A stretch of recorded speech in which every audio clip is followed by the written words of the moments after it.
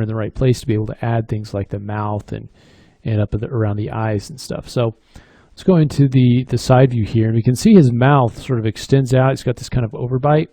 It's right up here. Well, we need some edges there to start to define that a little bit more. So we can either use this edge or we can add another edge. Let's start with kind of what we have and then add edges from there. So I'm just going to select these points. I'm just going to move them up into kind of the right spot here.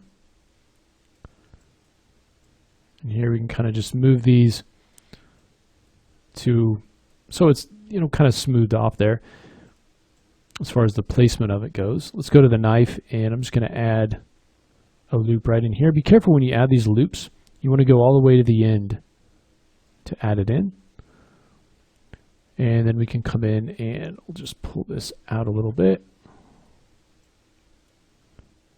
Kind of use that to better define the shape of the head. Okay, and let's kind of pull these points out here. Kind of where his mouth and nose is starting to come out. Now here is where we want to start to kind of split this apart. You can see this is all sort of connected up if I kind of pull this out. Okay, so one way to sort of just start doing that is to just make a cut that goes kind of all the way up in here. Now I don't want to just come to a point right in the corner of the mouth. I want to have a little bit of room there, and we're actually going to have several lines kind of coming in there. So to make room for that, I'm going to kind of move this up a little bit. And then instead of drawing this out right to this point, let's actually just add another loop.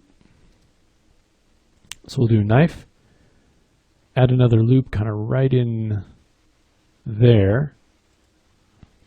And then let's select the polygons from the front here.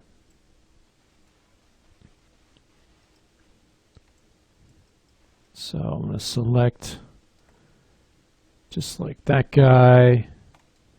And let's select this one, and I think one more. And we'll go ahead and delete those. And then we can come in from the side and get that overbite. Start to come in and take these points here and pull these back into the head a little bit more.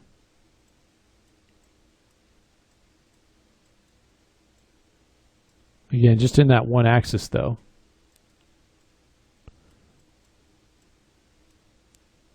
And then we can kind of take some of these other points, move them up, kind of move this one back a little bit. So we can start to get that rough mouth shape in there.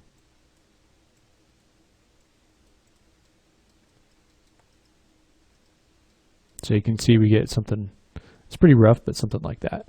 Now around the eyes, we want to have kind of a loop structure, so we could do like a blink if we wanted to. And so I want to come in and create a little bit more resolution right in here. So let's select this edge loop, and I'll turn off boundary. And I want to stop at the boundary, so I'll stop right there. And let's use bevel. I'm just right-clicking to access those. And that allows to add a couple of new edges in here. And let's add one more edge loop right in here. And then I want to define an area where I want this eye socket to be. So I want there to be a little bit of separation between the upper lip and the eye socket. So I'll kind of bring these points down a little bit. And I'm thinking of at least having 4 faces define the area where we'll bring that eye in.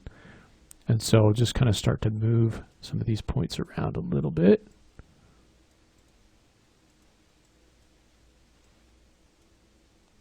To create kind of a circular shape, sort of right in there. Okay, Now you can see it sort of beginning to form right there. Now some of these are getting sort of off, so we can pull those out in that particular axis if we want to, but we'll be able to detail these a little bit more once we've got the eye actually built in, but you can kind of see where we're thinking about putting it. So from the side, it's kind of right there, right in here.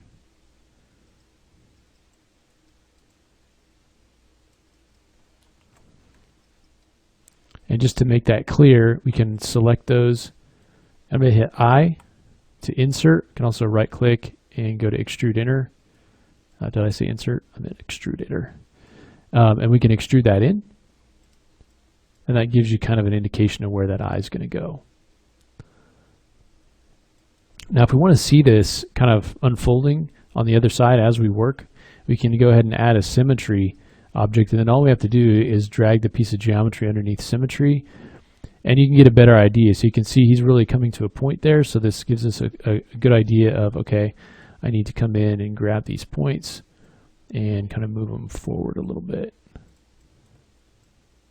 So it lets you kind of see, and then later on you'll be able to bake that down into real geometry. But here it just allows us to see both sides at once. Now, if you're just starting out working symmetrically, then this may be a better way to do it. After a while, though, you'll start to understand, how things are going to look. But oftentimes, they'll be a little bit too pointy when you do that. So it's always a good idea to kind of check. Okay. I also want to maintain this sort of underbite. So I'm going to kind of take this lower lip and jaw inside of this upper one a little bit more. All right, so it's starting to look like something anyway. So let's get it to this point where we've got the mouth sort of cut out, and then we also have an area for the eye defined. And in the next lesson, let's build